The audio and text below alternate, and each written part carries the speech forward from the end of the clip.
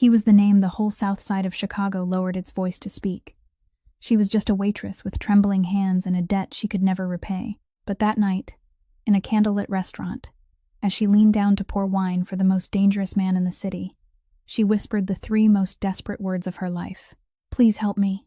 Grayson Donovan had heard 1,000 pleas from men who owed him money, men who betrayed him, men begging to keep breathing. None of them had ever moved him.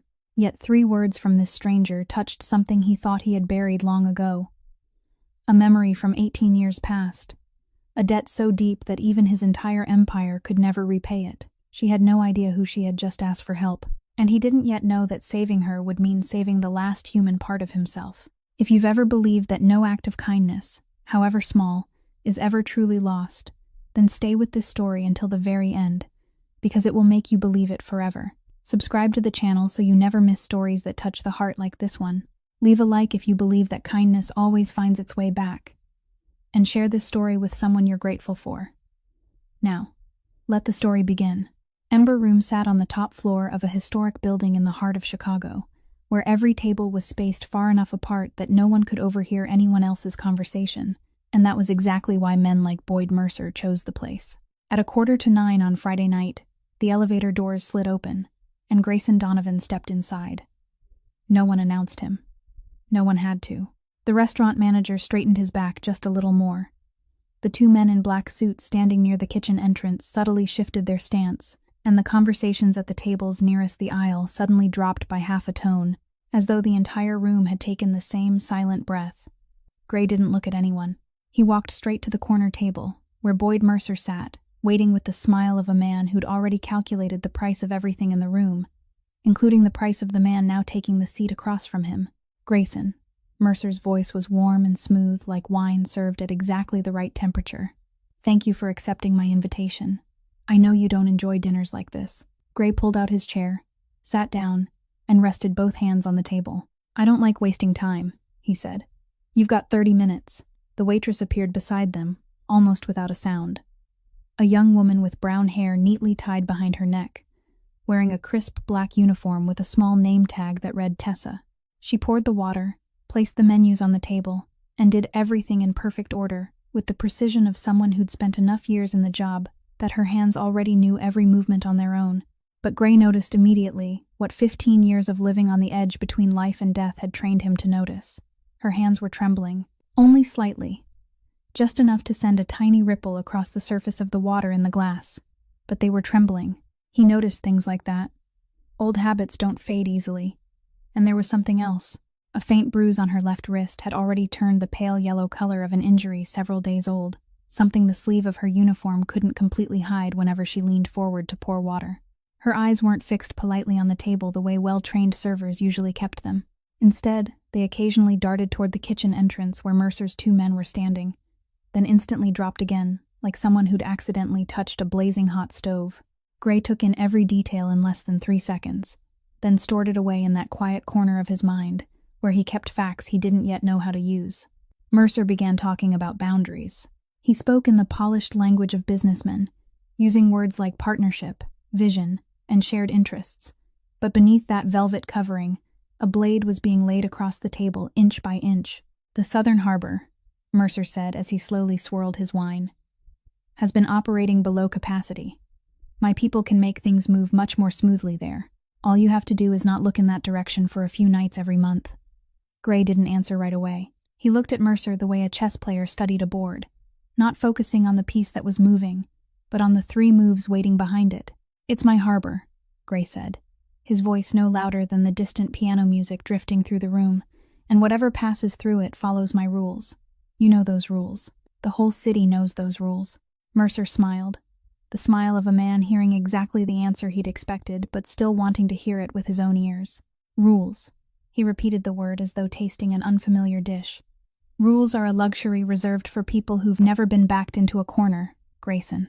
Meanwhile, more than 20 steps away from that table, Tessa Monroe carried a tray of appetizers past the waiting area, where several of Mercer's men were passing the time with glasses of whiskey they hadn't paid for. She had no intention of listening. She only wanted to get past them as quickly as possible, deliver the food, return to the service station, and survive tonight's shift. But just as she walked by, One of the men lowered his voice and spoke to the man beside him, with the casual confidence of someone who believed waitresses were nothing more than furniture that happened to walk. Donovan blocked the shipping route through the harbor again last week. The old man's never had anything to do with human trafficking. The boss is running out of patience. Just one sentence. Tessa didn't slow her pace. She didn't turn her head. Her expression didn't change. She'd learned long ago that in places like this, whatever your ears heard, your face couldn't let the world know it had heard anything at all. But inside her chest, something shifted. She set the tray down on the table, excused herself in the same steady voice, and during the short walk back to the service station, her mind worked faster than it had at any moment in all 26 years of her life. The man sitting with Mercer in the corner wasn't Mercer's friend. They were two wolves growling at each other across a white tablecloth. And the wolf named Donovan, the man whose name made the entire South Side lower their voices, the man everyone claimed didn't have a heart, turned out to possess something Boyd Mercer didn't, a line he would never cross, one thing he would never do, no matter if the price was war itself. Tessa stood behind the service counter, looked down at her hands, and realized they'd stopped trembling, not because she wasn't afraid anymore. She was still terrified enough to hear the pounding of her own heartbeat inside her ears. She still knew perfectly well that the two men near the kitchen entrance glanced toward her from time to time, the way people watched over merchandise that had already been wrapped and was simply waiting for delivery. But because inside her mind, an idea had just taken shape, one so reckless it bordered on madness, and so mad that it might be the only road to survival she had left. She looked toward the corner table, where the most dangerous man in the city was sitting, and began counting how many minutes remained until the next round of wine was poured. The next round of wine service was 12 minutes away, and during those 12 minutes, Tessa polished glasses behind the service counter with calm, steady hands while her memory pulled her back to the previous Tuesday afternoon, the afternoon that had driven her to the edge of this abyss. That day she had been summoned to the restaurant's office on the 3rd floor, where Boyd Mercer sat behind a broad wooden desk to sign the renewal papers for her debt. The debt from her mother's medical bills that had spent 3 years accumulating interest upon interest, like a pit digging itself deeper every single month. She'd signed papers like that so many times she knew the feeling by heart. The feeling of writing her own name onto something that would never truly end. But that afternoon, halfway through the signing, Mercer's phone rang. He glanced at the screen, stood up, stepped into the hallway, and left the office door partly open behind him. On the desk beside her stack of loan papers, a black notebook still lay open. Tessa hadn't meant to look. She'd lived long enough in the world of men like Mercer to understand that in their world, the less you knew, the longer you lived. But her eyes drifted across the page the way eyes sometimes drift without permission, and then she saw a name that made it impossible to look away. Reyes.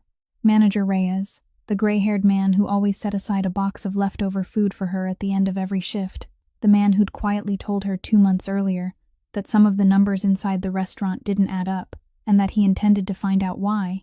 The man who'd simply failed to come to work one Monday morning, leaving the staff with nothing but the explanation that he'd resigned without warning and moved to another state. Inside the black notebook, his name had been crossed out with one clean, straight line of red ink, and beside it was a date. The very same Monday. Tessa could still hear Mercer speaking evenly into his phone in the hallway, and during the next 30 seconds, she'd done the most reckless thing she'd ever done in her life. She slipped out her phone, photographed the open page, quickly turned another 5 pages, photographed those as well, the columns of numbers, the company names, the handwritten notes filling the margins, then placed the notebook back in exactly the same position, at exactly the same angle, and sat upright again in her chair 2 seconds before the office door opened. Mercer came back inside, finished signing the papers, and even wished her a pleasant evening. For an entire week afterward, nothing happened, and she'd almost managed to convince herself that no one knew, until this afternoon. This afternoon, when she arrived for her shift, Dana, the young bartender, pulled her into the linen storage room, her face drained of all color, whispering that she'd overheard 2 of Mercer's men talking in the back hallway, that the security camera on the 3rd floor had recorded everything, that the order had come down not to touch the girl while the restaurant was crowded because the boss didn't want any trouble in front of Donovan tonight. Just wait until her shift ended. The employee parking lot, 2 o'clock in the morning. Dana clutched her trembling hand and begged her to run right then, but Tessa knew exactly what running meant. She had no car, no money, nowhere she could disappear where Mercer's men wouldn't find her before sunrise, and the only employee exit not already guarded by his men was the one leading directly to where they were waiting. If there was still a door leading to life, it would only remain open for a few more hours, and it stood beside the corner table where the man the entire city feared was sitting. The soft chime from the kitchen announcing the main course was ready pulled her back to the present. Tessa drew one long breath, tore a small sheet from the order pad tucked into her apron pocket, and in quick, tiny handwriting, she spent 20 seconds writing the words she'd been composing in her mind throughout those past 12 minutes. Then she folded the paper into quarters, concealed it inside her left palm, lifted the bottle of red wine, and walked toward the corner table with the steady steps of an ordinary waitress, carrying out an ordinary part of her job. Mercer was saying something about real estate projects on the southern side of the city. Gray listened with the patience of solid stone.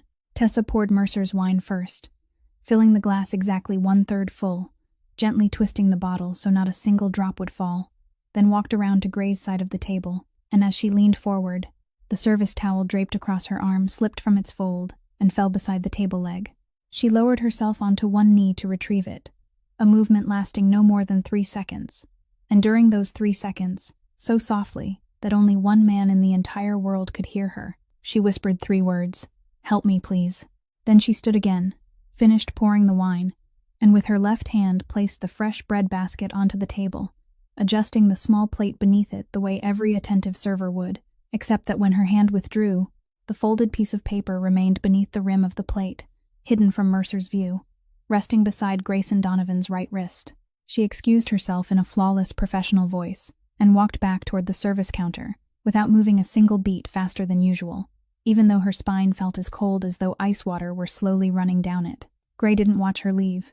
He continued listening to Mercer for another 40 seconds before casually breaking off a piece of bread, and the folded note disappeared into his palm as quietly as though it had never existed. Only when Mercer lowered his head to cut into the meat on his plate did Gray slip his hand beneath the edge of the table and unfold the paper with a single thumb. The handwriting was small, slanted, written in haste but never messy. The handwriting of someone overwhelmed by terror yet desperately struggling to keep her thoughts steady. "Mercer's men are going to take me from the employee parking lot at 2 o'clock this morning. I saw his black notebook, the money laundering, the shipments, and what really happened to Manager Reyes. I can't go to the police because he has people inside Precinct 9. I have no one left to trust. If you're just like him, please pretend you've never read these words, and I'm sorry for disturbing your dinner. But if you're different from him, even just a little, then I'm begging you, please help me."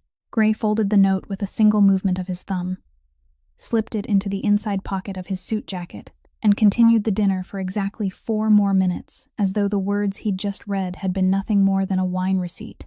Then he laid down his knife and fork, excused himself with half a sentence, and walked toward the private restroom at the end of the stone-lined hallway. He locked the door, turned on the faucet, and stood there looking at the man in the mirror. For the past 15 years, this entire city had called the man in that reflection Donovan, speaking the name the way people spoke about bad weather, something nobody wanted to face but nobody could avoid. Men who owed money had knelt before him. Men who'd betrayed him had wept before him. One man had once placed an entire stack of photographs of his own children on the table while begging for 1 more week. Gray had heard every plea, and not once had his heartbeat changed. Yet the 3 whispered words of a waitress he'd never met, spoken in the space of 3 seconds beside a table leg, were now doing what no desperate plea had managed to do in 15 years. They were knocking against a door buried deep inside him, a door he'd believed he'd bricked shut long ago. And from behind that sealed door, without warning, a fragment of memory rose to the surface, the smell of chicken soup. Not the kind served in restaurants like this, but the smell of soup simmering inside a cramped kitchen, rich and hot, filled with onions and black pepper. A blue-painted wooden sign with paint peeling away at the corners, swaying gently in the cold wind.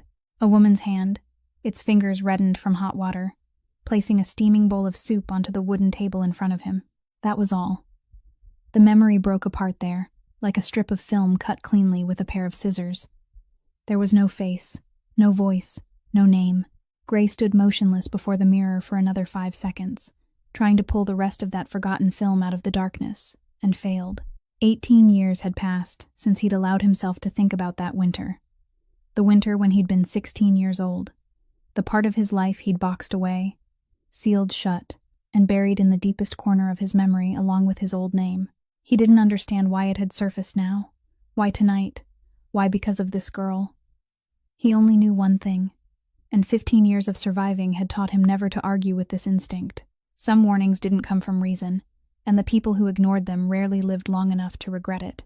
He shut off the water, adjusted the cuff of his sleeve, and when he stepped out of the restroom, his face had once again become the face the city knew, as still as the surface of a lake in January. He returned to the table and did exactly what made Boyd Mercer smile to himself in quiet satisfaction. He ordered another bottle of wine. In the language of dinners like this, ordering another bottle meant you wanted to keep talking, and wanting to keep talking meant there was still room to negotiate. And Mercer, a man who'd spent his entire career reading people through gestures like that, relaxed his shoulders just a fraction more. What he couldn't see was what was happening beneath the edge of the table, where Gray's left hand rested on his thigh, his thumb moving across the screen of his phone entirely from memory without looking, entering a short string of characters into an encrypted channel that only one person in the world could receive. Jonah Walsh was sitting inside a car parked 3 blocks away from the restaurant, and the message that appeared on his phone contained only a handful of phrases, as dry as a telegram.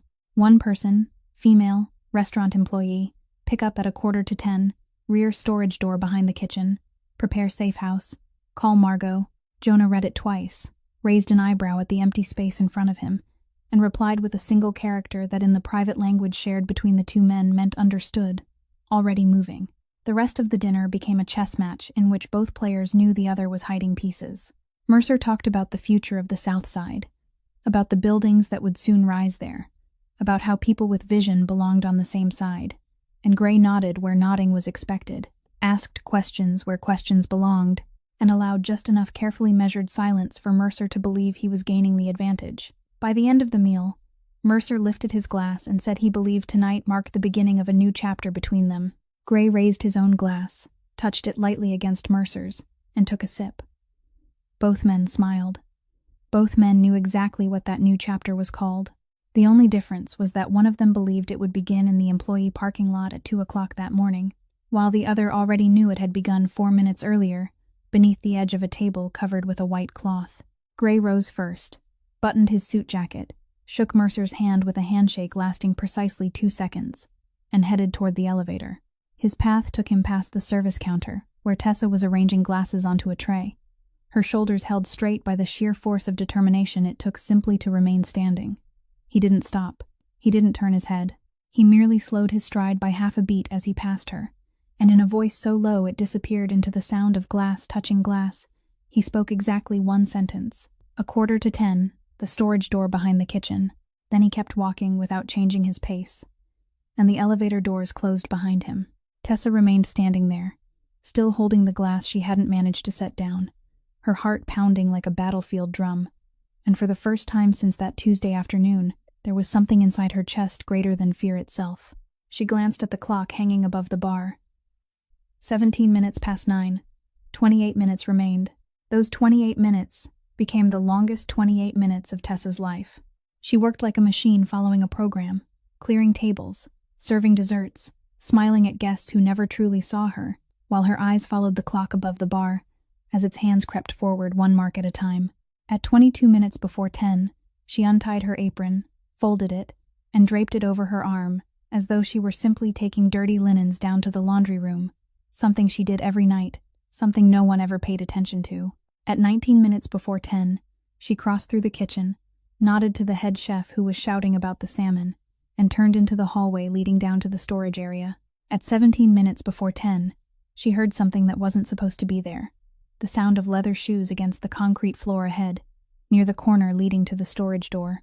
Mercer's men had moved into position earlier than expected, perhaps because Donovan had already left the restaurant and their boss had grown restless, perhaps because it was simply the instinct of hunting dogs. The reason no longer mattered.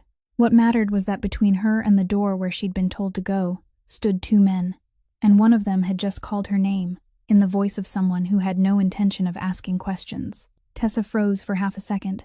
During that half second, her body acted without waiting for permission from her mind. Both hands wrapped the folded apron around her right fist, winding it tighter and tighter, exactly the way she'd once watched her mother do on the night the very first debt collector had pounded on the apartment door years ago. It was the gesture of women who had no one to protect them and had learned to make themselves as difficult to swallow as possible. Then she ran, not toward them, but to the left, crashing through the heavy door of the walk-in freezer where freezing air struck her face like a slap, and rows of hanging cuts of meat breathed pale white mist beneath the cold blue lights. The footsteps behind her quickened. She darted between two stainless steel racks, shoved a stack of plastic trays into the aisle behind her, heard one of the men slip and curse, then raced toward the small door at the far end of the freezer, the one leading into the garbage area that only long-time employees knew could never be locked, because the hinges had been bent, ever since the days of managers nobody even remembered anymore. She slammed her shoulder into the door, burst into the trash collection yard lined with steel dumpsters nearly as tall as her chest. The heavy air thick with the smell of old cooking oil, and behind her the crooked door burst open again, much sooner than she'd expected. A hand caught the shoulder of her shirt and yanked her backward. Tessa spun with the force of the pull and drove the fist wrapped in her apron straight into the man's face with every ounce of fear she'd been carrying for an entire week. The punch wasn't powerful enough to bring him down, but it was enough to make him hesitate for a heartbeat, releasing her as both hands flew to his face. One heartbeat was all she needed to stumble 3 steps backward toward the alley exit, but the second man had already circled around to block her path, spreading his arms the way someone herded frightened chickens, smiling with the certainty of a man convinced the game was already over. And in that moment, standing between 2 men inside the garbage yard behind the restaurant, her back pressed against the freezing steel wall of a dumpster, Tessa suddenly thought of her mother. Not a particular memory, only a feeling, an apology because she hadn't managed to make it any farther. Then the darkness behind the second man moved. Tessa never saw exactly what happened. Even afterward, no matter how hard she tried to remember, she could never reconstruct the sequence completely. All that remained were scattered fragments, a hand reaching from behind to seize the second man's shoulder and turn him aside as effortlessly as opening a door. A leg sweeping beneath him, lifting both feet from the ground, the heavy, clean sound of a body striking concrete. Then the man remained there, not unconscious, not motionless, simply stripped of every desire to stand again. The first man lowered his hands from his face, saw what had happened, and made the mistake of charging forward. Grayson Donovan didn't retreat. He stepped diagonally half a pace, letting the man's momentum slide past him the way water flowed around stone, caught the man's arm in mid-motion, and with a movement so short it was almost humble, placed him onto the concrete beside his partner, one knee pinning the middle of his back, while one hand locked his wrist behind him at an angle. The human body simply wasn't built to resist. The man hissed and tried to struggle. Gray increased the pressure by the smallest fraction. The struggling stopped. The entire encounter lasted less than 15 seconds. There wasn't a single scream. Not a single drop of anything touched the ground. There was only the breathing of 3 men and the pounding of Tessa's heart inside her ears. Gray removed both men's phones from their jacket pockets, dropped them onto the concrete, crushed each one beneath the heel of his shoe without hesitation, then stood, adjusted the cuff of his suit jacket, as though he'd just finished a business meeting, and looked at Tessa, giving her a quick examination from head to toe to make certain she wasn't hurt. Then he nodded toward the end of the alley. "Go." She went. Her legs were still shaking, but they didn't slow her pace. He followed half a step behind, his body angled just enough to place himself between her and the entrance to the garbage yard, until the headlights of a black car waiting at the far end of the alley flashed once. Jonah Walsh sat behind the wheel and leaned over to open the rear door before they reached it. The expression on his face when he saw the restaurant waitress climb into the car, followed by his own boss with a streak of concrete dust across the knee of his suit trousers, was the expression of a man who decided his questions could wait until later. The car rolled smoothly out of the alley, merged into the glowing stream of Chicago's night traffic, and only after they'd traveled 3 city blocks did Tessa finally find her voice again. She turned toward the man sitting in the front passenger seat and spoke her first words since the whisper beside the table leg, her breathing still uneven. "Those 2 men. They saw your face." Gray kept his eyes on the road ahead through the windshield and answered in the calm tone of someone commenting on the weather. "Good. Saves me the trouble of introducing myself." The car drove for another 20 minutes, changed direction 3 times, slipped through an underground parking garage, and finally stopped in front of a red brick building without a sign on the edge of the old industrial district. The apartment on the 4th floor looked nothing like anything Tessa had imagined for the hideout of a crime boss. There was no velvet, no gold, only bare walls, thick curtains drawn tightly across the windows, one long table, a few chairs, and a woman with cropped hair sitting behind 2 computer monitors, who looked up as they entered, with the expression of someone who'd already been warned they were coming, but still preferred to verify everything herself. "Margot Hayes," Gray said briefly, replacing every formal introduction with those 2 words. "Give her your phone." Tessa took the phone from her pocket, her finger lingering on the screen for 1 second before handing it over. Those 6 photographs were the entire fortune her life depended upon, and giving them to strangers was the second gamble she'd taken that night. But she'd passed the point of having any road back the moment she'd knelt to pick up the towel beside the table. Margot connected the phone to her computer, her fingers flying across the keyboard, and while the photographs were uploaded onto a secure server somewhere no one bothered asking about, she glanced through their contents, her eyebrows drawing closer together with every image. "Sit down," Gray said. Tessa sat carefully on the edge of the chair, both hands resting on her lap, her back perfectly straight, like someone attending a job interview, instead of a woman who'd just escaped 2 kidnappers. "Tell me everything," he said, "from the beginning." And she did. At first her voice broke now and then, but gradually it became steadier, like someone reading a statement she'd memorized because she'd spent too long living inside it. Her mother's name had been June Monroe. She'd owned a small neighborhood diner and raised Tessa alone after her father walked away when she was 4 years old. 3 years earlier, her mother had fallen seriously ill, spending 8 months in the hospital, and when she died, all she'd left behind was a handwritten recipe book, a small pendant, and a mountain of hospital debt that an entire lifetime of waiting tables would have never touched beyond the principal. Then one day, someone bought the debt from the hospital. Tessa received a letter inviting her to the office of a real estate company, and behind the desk sat Boyd Mercer wearing a warm smile and offering a refinancing agreement with an interest rate she'd had to read 3 separate times before believing her own eyes. From that day forward, she'd worked at Ember Room, his restaurant.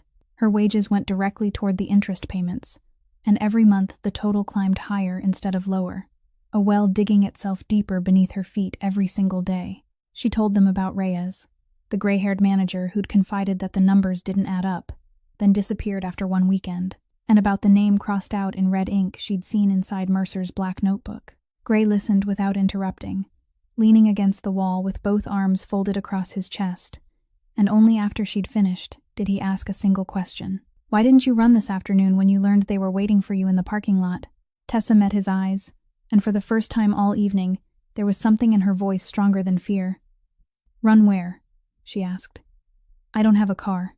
He can see every dollar in my bank account. Anyone who gives me shelter becomes his next debtor. I'd already thought through every possibility, sir.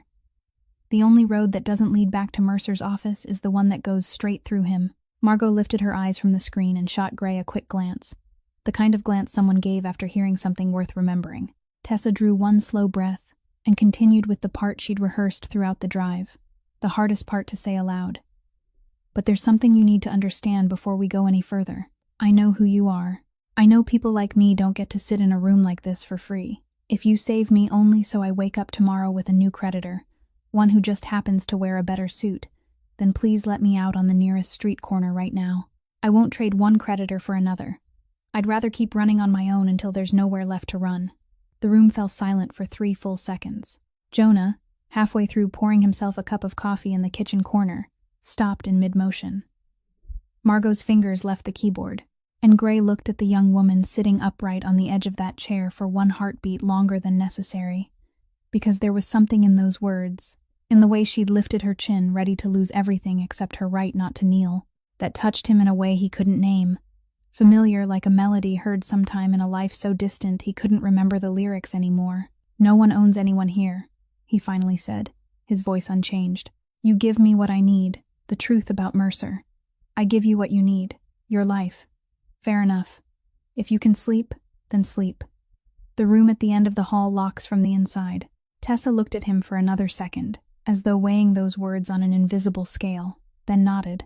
But before anyone could leave their place, Margot let out a low whistle through her teeth, the sound making both Gray and Jonah turn toward her monitor at once. "Only 6 pages, Margot said, "but they tell one hell of a story. This isn't just a debt ledger. It's a cash flow ledger, And Mercer's money is moving in a very strange way. She turned the monitor toward them. He's draining every source he has and funneling it all into one place. Every transaction carries the same code. And look at this deadline. There's a shipment moving through the harbor.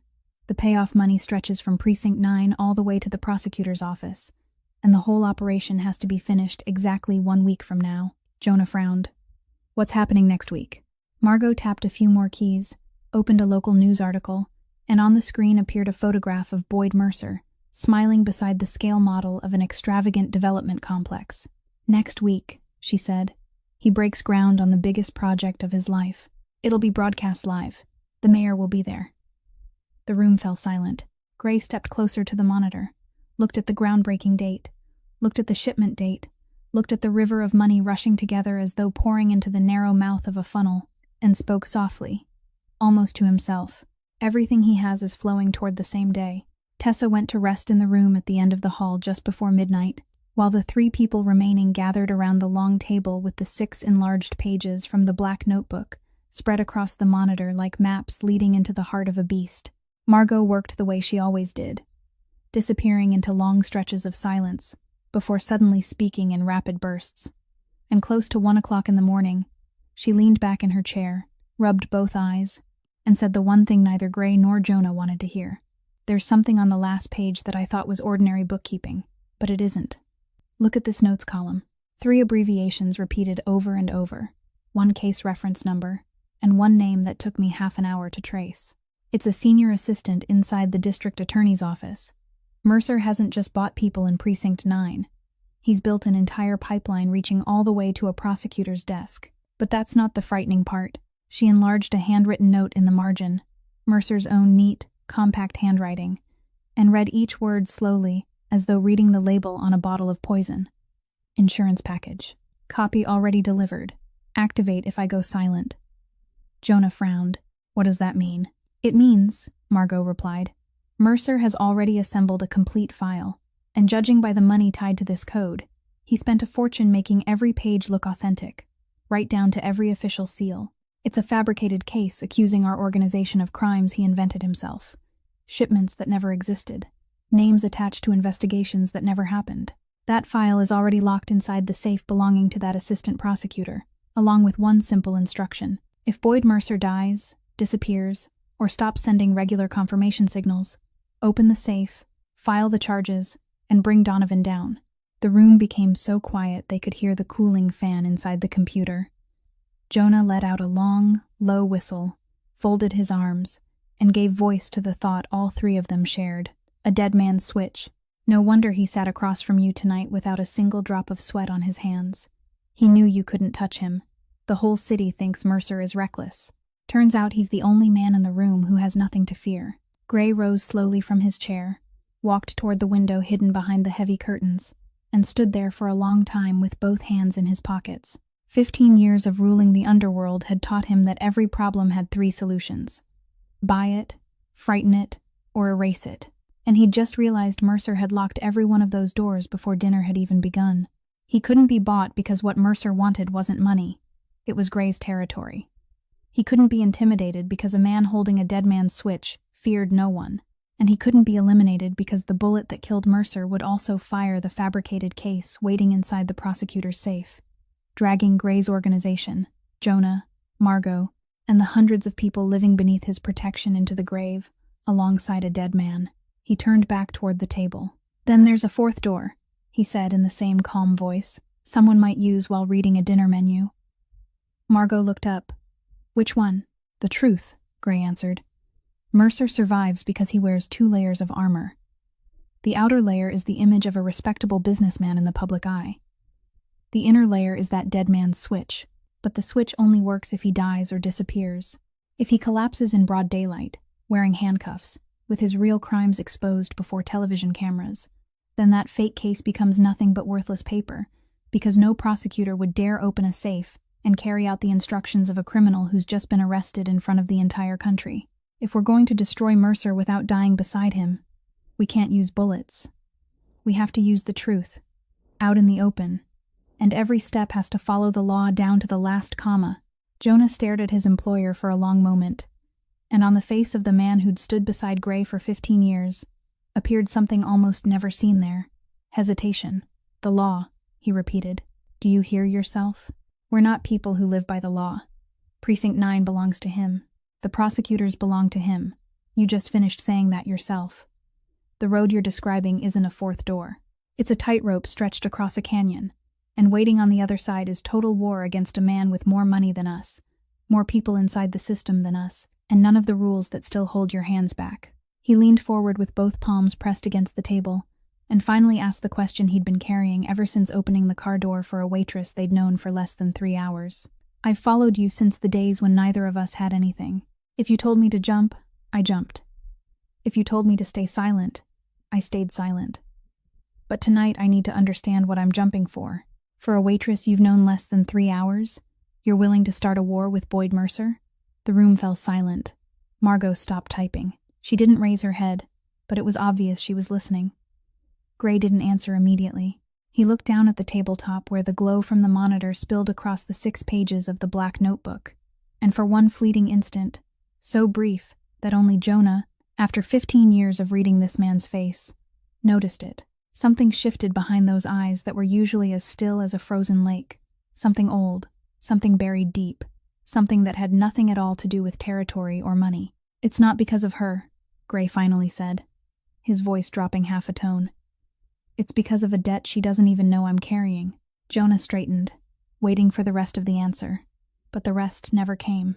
Gray buttoned his suit jacket once more and walked toward the small office at the end of the hallway, leaving behind the 2 people who'd been more loyal to him than anyone else, along with a question suspended in the middle of the room. What debt? Owed to whom? Since when?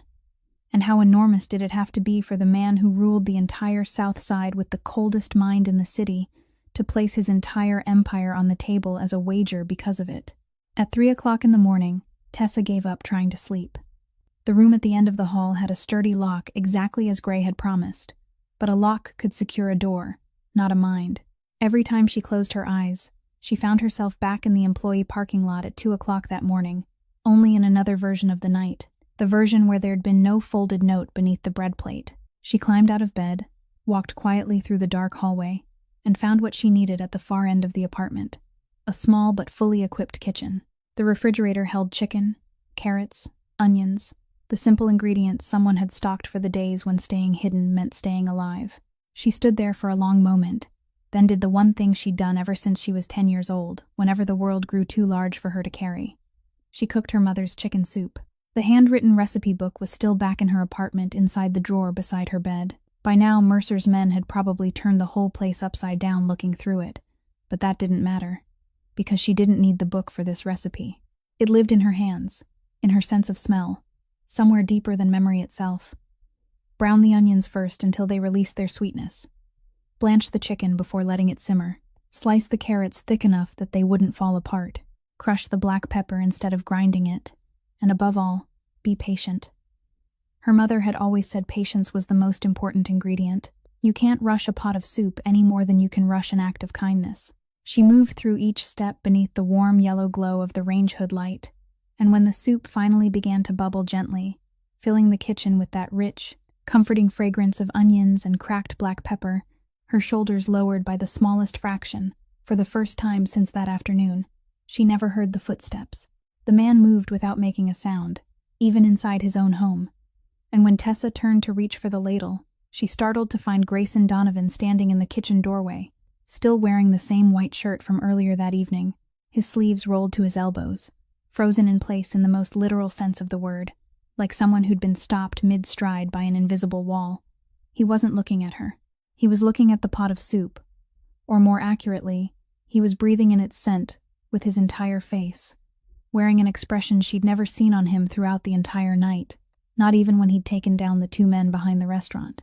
It was an expression completely unguarded, completely exposed, as though for one brief second the most dangerous man in the city had forgotten who he was. "I'm sorry," Tessa said softly. "I couldn't sleep. I always cook when I'm frightened. It's been my habit since I was little. I'll clean everything afterward." Gray didn't answer that. He walked slowly into the kitchen, pulled out the stool beside the counter, sat down, and asked in a voice entirely different from the one he'd used while giving orders earlier that night. "Where did you learn to make this?"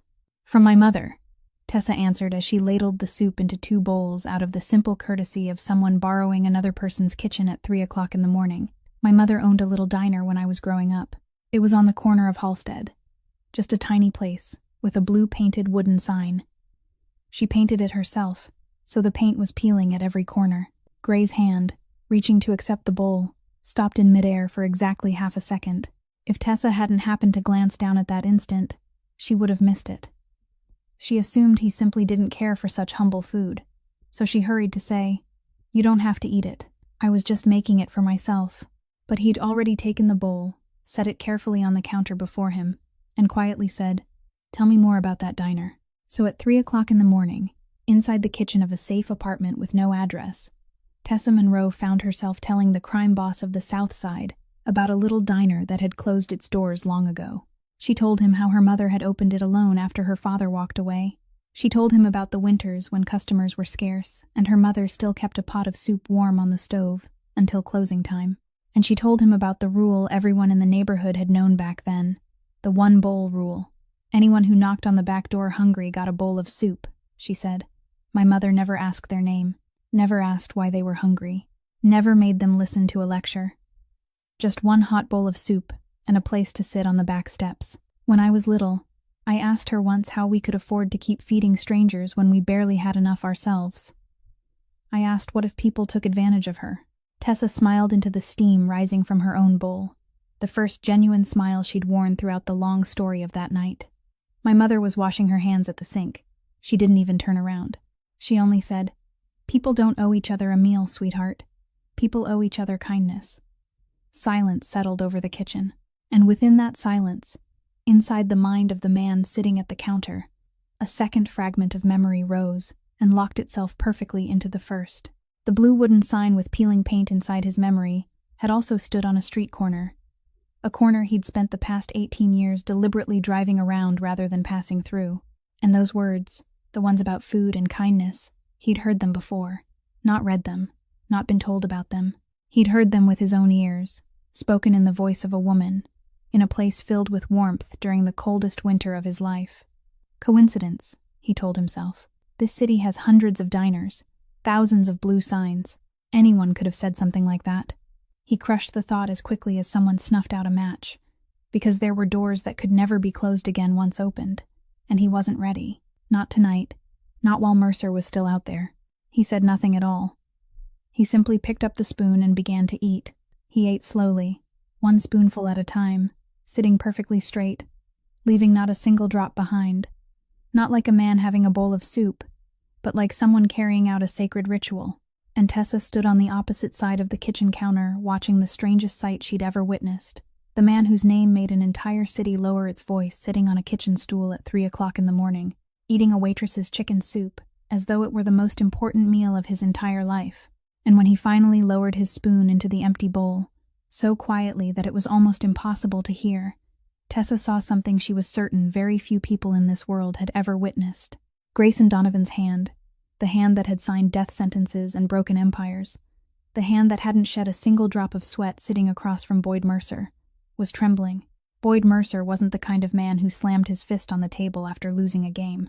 He was the kind who quietly cleared the table and arranged a new one. And by the following morning, before the city had even finished its first cup of coffee, his new game was already in place, with 3 moves laid out in succession like 3 carefully aimed knife strikes. The first move traveled through Precinct 9. At 9 o'clock that morning, a brand new criminal complaint appeared in the department's system. Ember Room accused one of its waitresses, Tessa Monroe, of stealing cash from the restaurant's safe over the course of several months. Attached to the report were statements from 2 restaurant employees and carefully edited security footage, convincing enough to appear completely authentic. The warrant to locate her was approved with unusual speed under the signature of a man whose name Margot would have immediately recognized from the list of officials receiving regular payments from Mercer.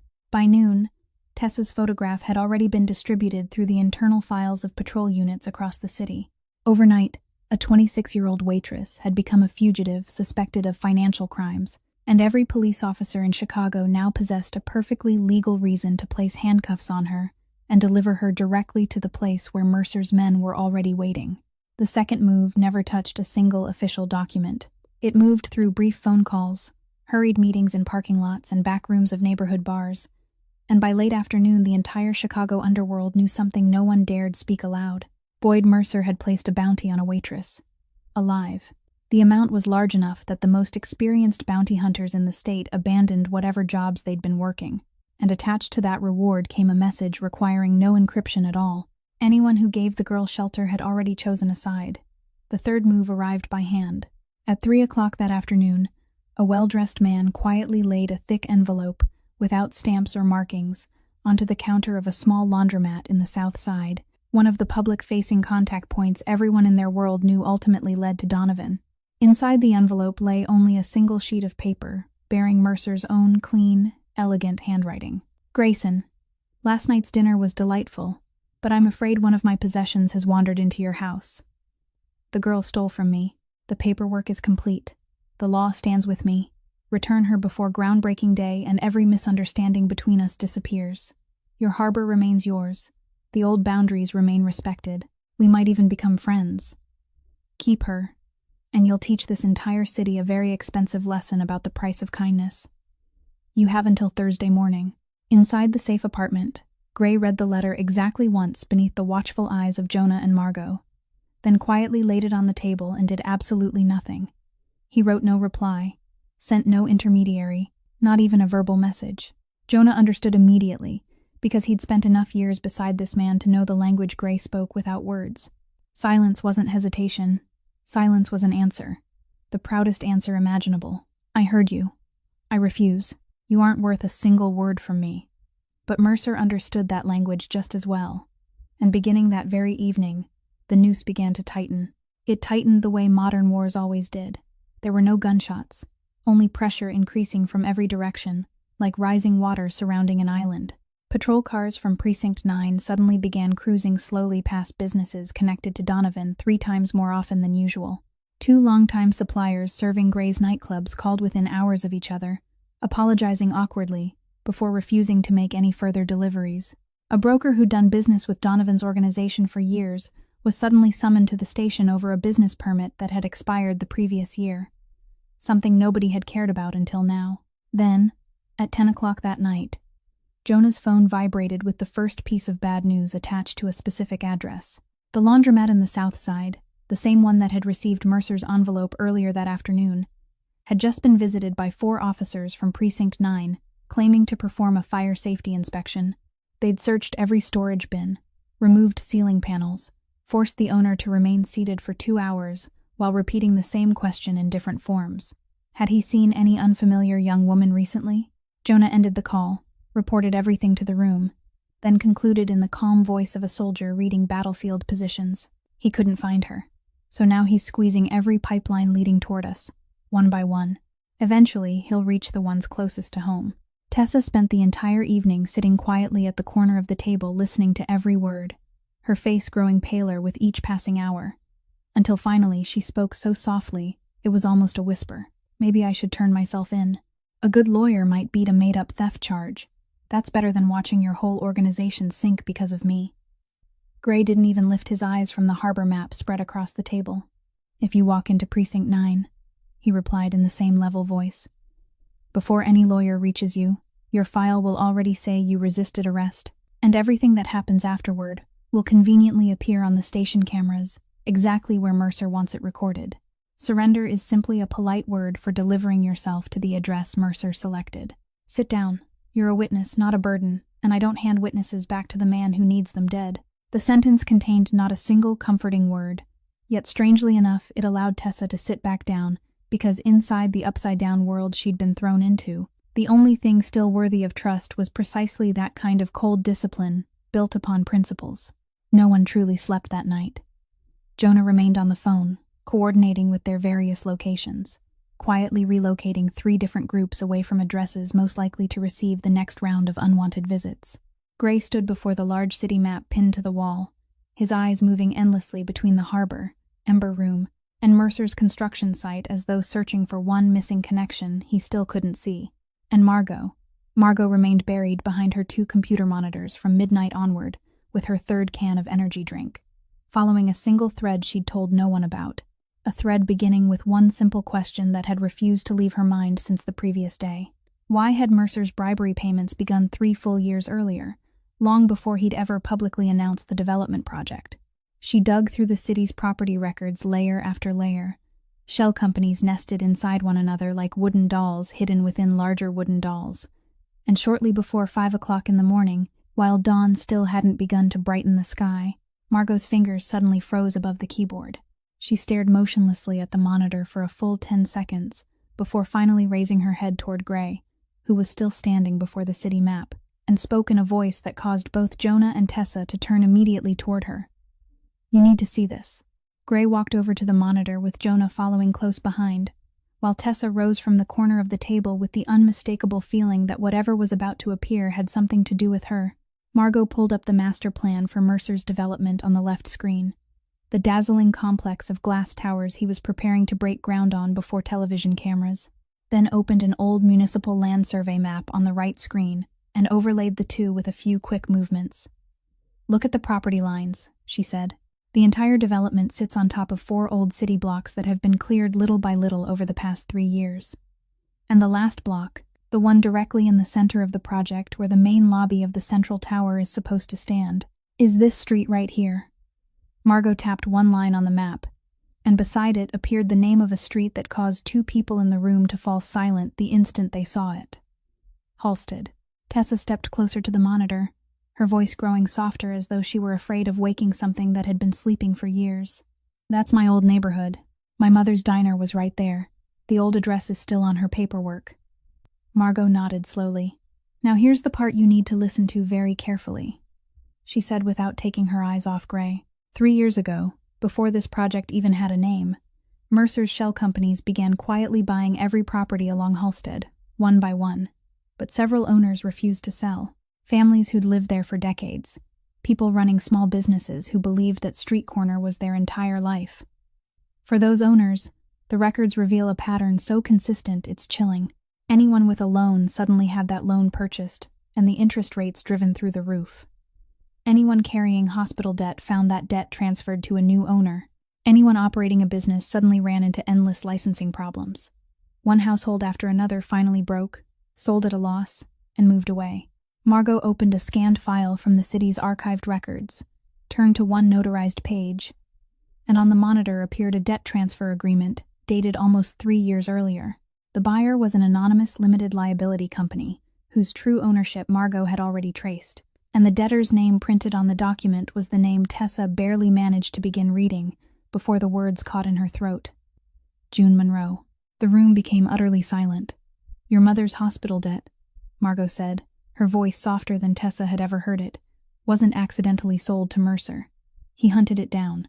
He bought it while your mother was still lying in that hospital bed, then inflated the interest, until he made absolutely certain the 2 of you could never repay it, because your mother's diner sat on the exact piece of land he wanted, and men like him don't force people out with violence when numbers can accomplish the same thing. The pit of debt you've been trapped inside for the past 3 years wasn't bad luck. It was dug in advance, measured in advance, built precisely for your family." Tessa stood motionless with both arms hanging at her sides, while the past 3 years rearranged themselves inside her mind, piece by piece, into a completely different picture. The afternoon when the hospital called to explain that a third party had purchased the debt and assured her it was completely routine. The letters announcing ever-increasing interest rates. Mercer's sympathetic smile from behind his wooden desk, the day he'd offered her a job at Ember Room so she could work off the debt. Her mother, during those final months, struggling to sit upright while calculating whether selling the diner might finally be enough. And the way that little diner with the blue sign had eventually closed its doors, changed hands, and now rested squarely inside the boundaries of a multi-billion-dollar development. The man who'd crushed the final years of her mother's life, and the man who'd placed a bounty on her own life, were one and the same. And he'd done both, wearing the very same smile. She didn't cry. Tears belonged to grief smaller than this. She asked only one question, her voice quiet and perfectly steady. "Did my mother know? I mean, did she ever suspect?" No one in the room could answer that question, and somehow that silence became the kindest answer anyone could have given. Jonah ran a hand through his hair and let out a weary breath through his teeth. Margot turned back toward her monitors, as though trying to give Tessa a little space. Only Gray never took his eyes off the young woman standing in the middle of the room, and anyone paying close enough attention would have noticed that his jaw was tightening second by second because another calculation had just finished inside his own mind. The blue wooden sign from his memory had stood on Halstead. The woman from his memory had been named June Monroe, and the ground that had once given shelter to a boy nobody wanted was now about to be buried beneath concrete to build a monument honoring the very man who'd destroyed that woman. He still told no one. Not yet, but when he finally spoke, everyone in the room heard something new beneath his usual calm voice, something colder than ever before, and buried at the deepest point beneath that coldness burned something intensely hot. "Thursday morning," he said, "Mercer will stand on Halstead before the mayor and before cameras across the entire city to turn the first shovel of dirt for the project that defines his life. He chose that place for his coronation. Then that's exactly where he'll fall."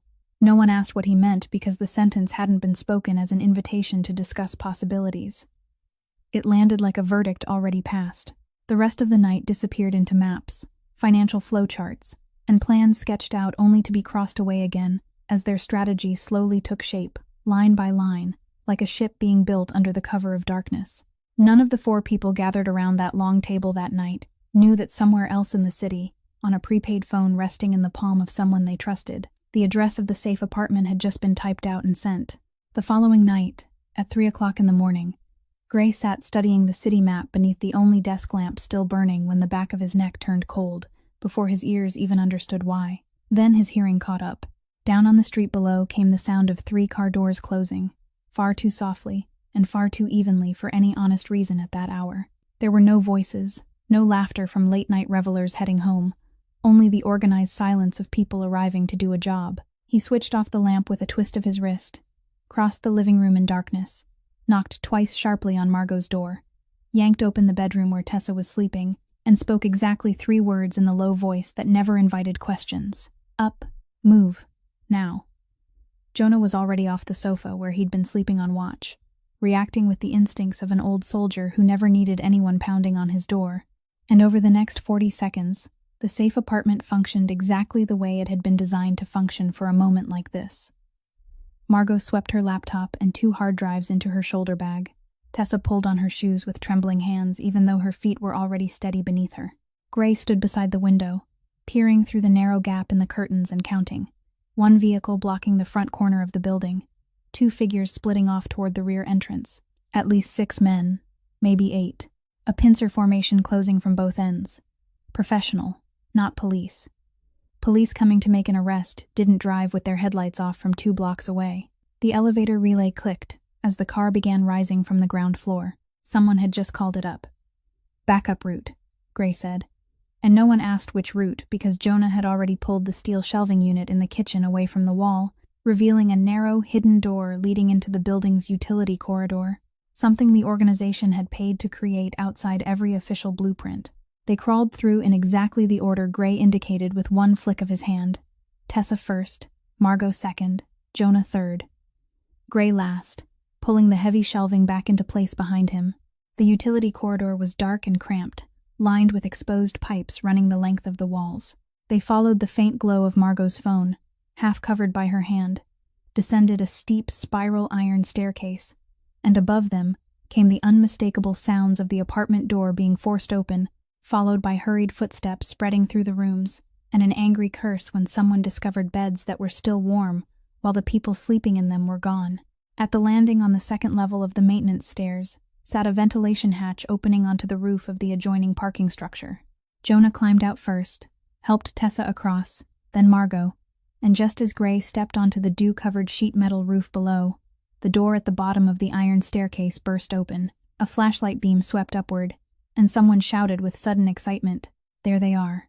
Run," Gray ordered, and they sprinted in crouched positions across the slick, sloping roof, while the footsteps chasing behind them hammered against the metal like hailstones.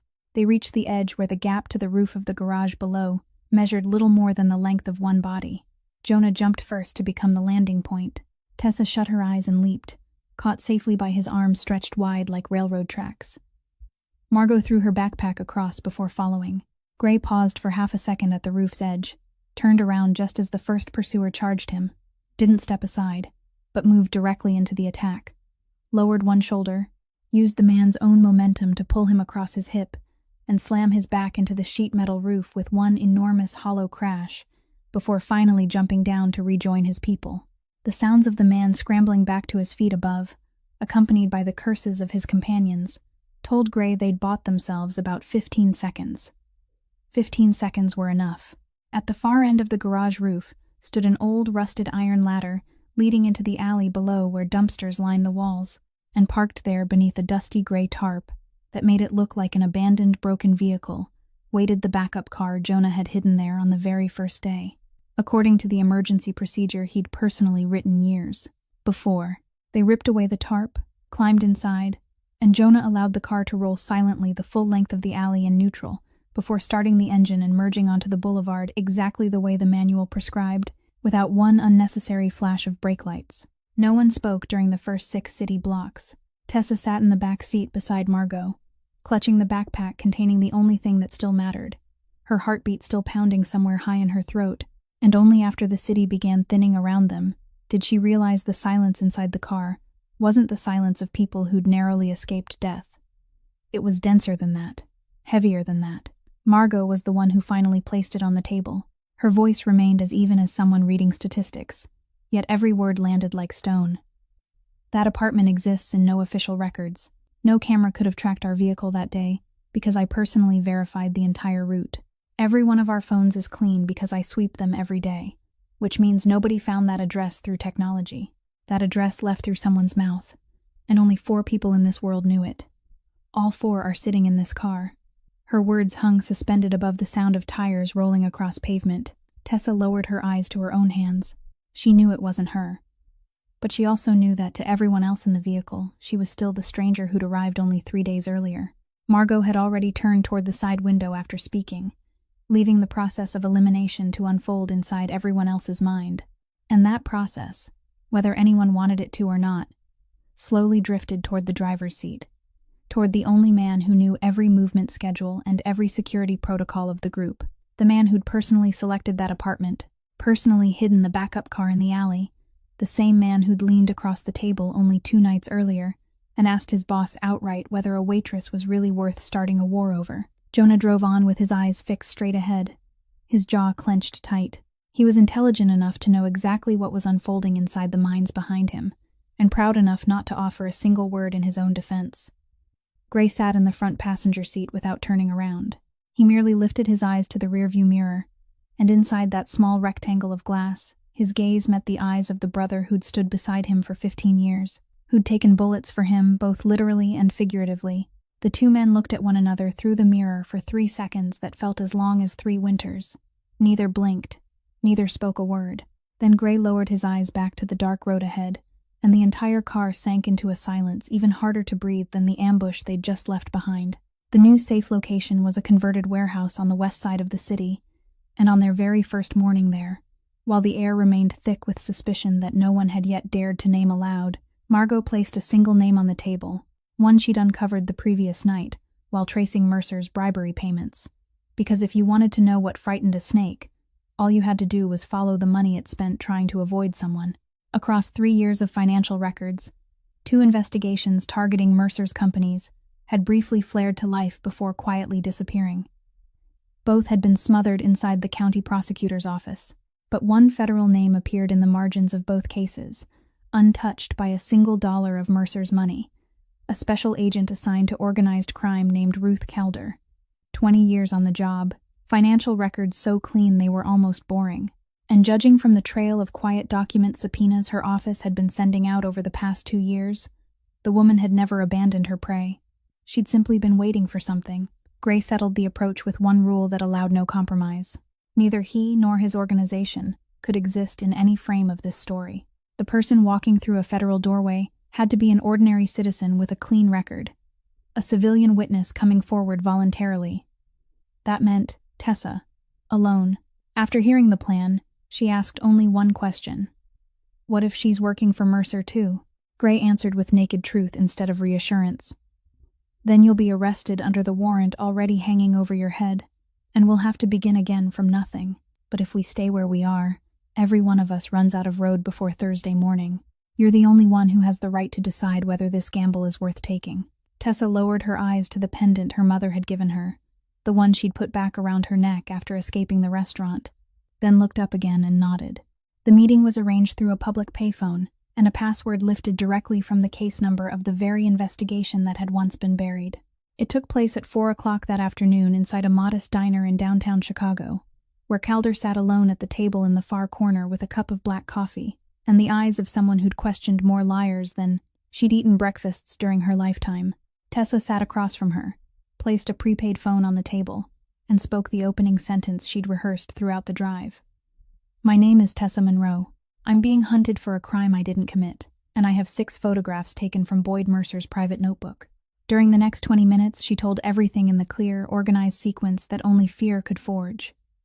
Calder listened without taking notes, without interrupting once.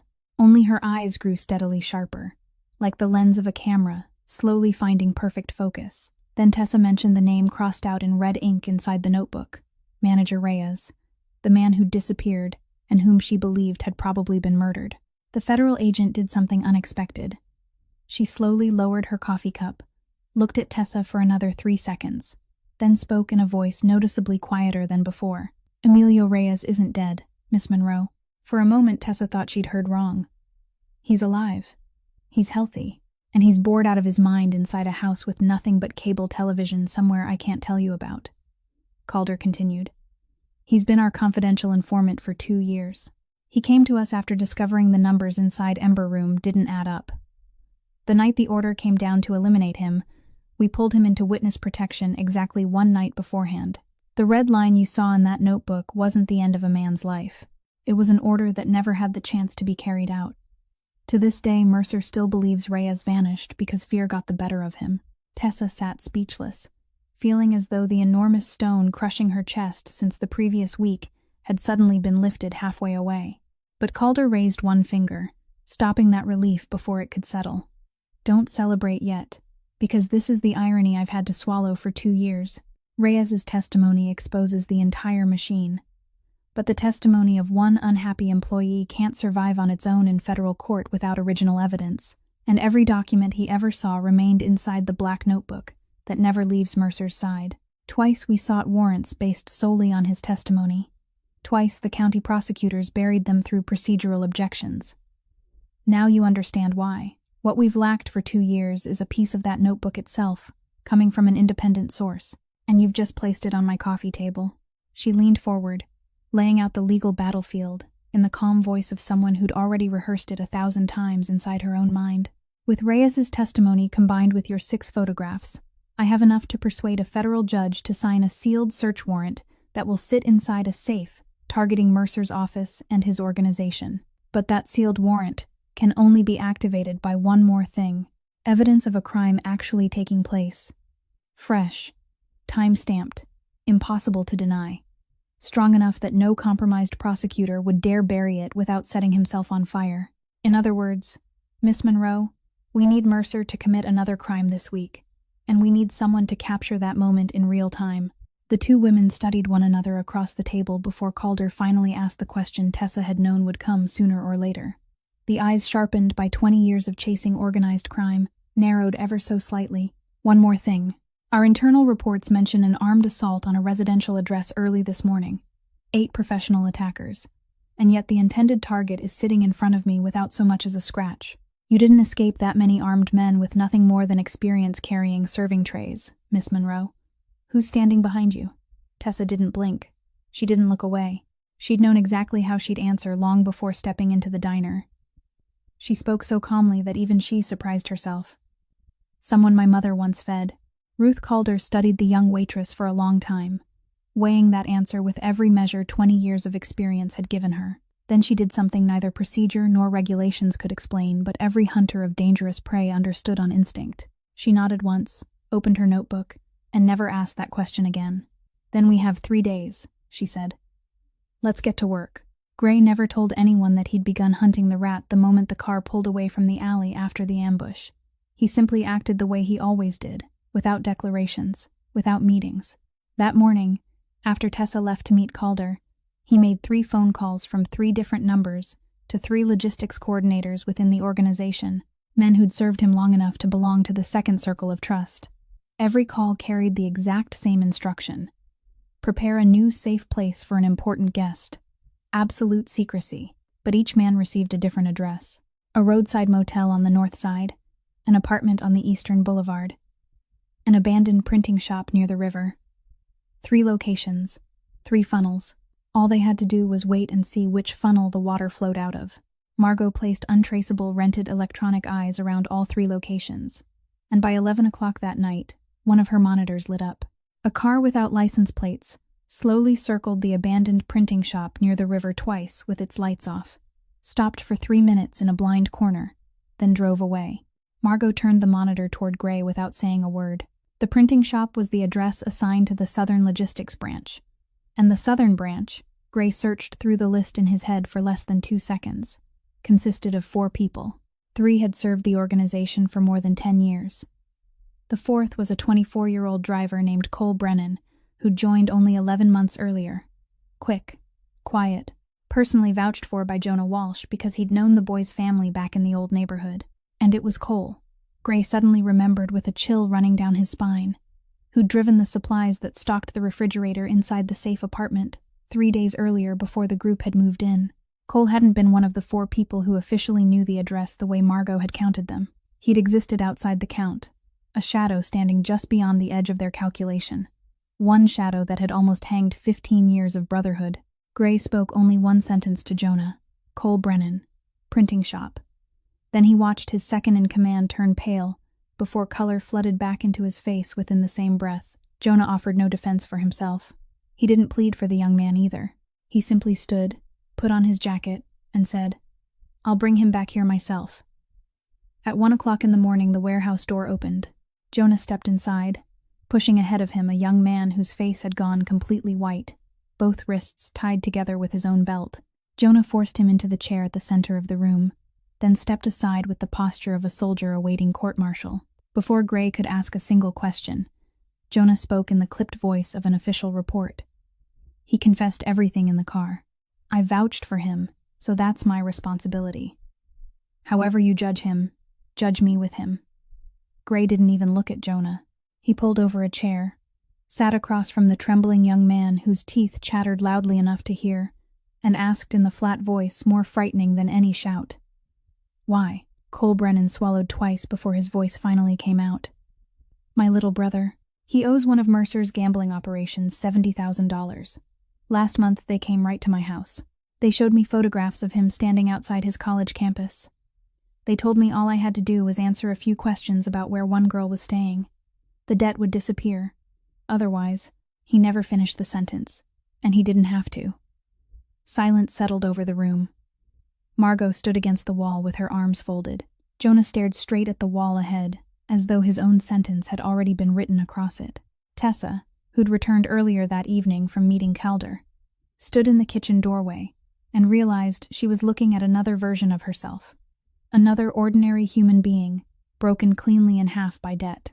Everyone waited for the order that the underworld always reserved for traitors.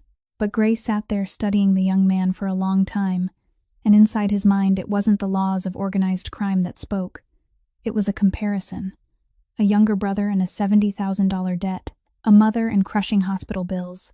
Ordinary people transformed into tools by Boyd Mercer through exactly the same lever. Finally, Gray rose, walked over, personally removed the belt from around Cole Brennan's wrists, and spoke the sentence that stole the breath from everyone in the room. The kind of debt that makes a man betray. "I understand debt better than you think." Then he turned the chair back around, sat once more, and his voice became cold steel, shaped for work. "But listen carefully. From this moment on, your life belongs to your silence. What happened tonight never leaves this room. As far as Mercer is concerned, you've never been exposed. You're still his loyal little rat. You'll still answer his calls. You'll still report to him.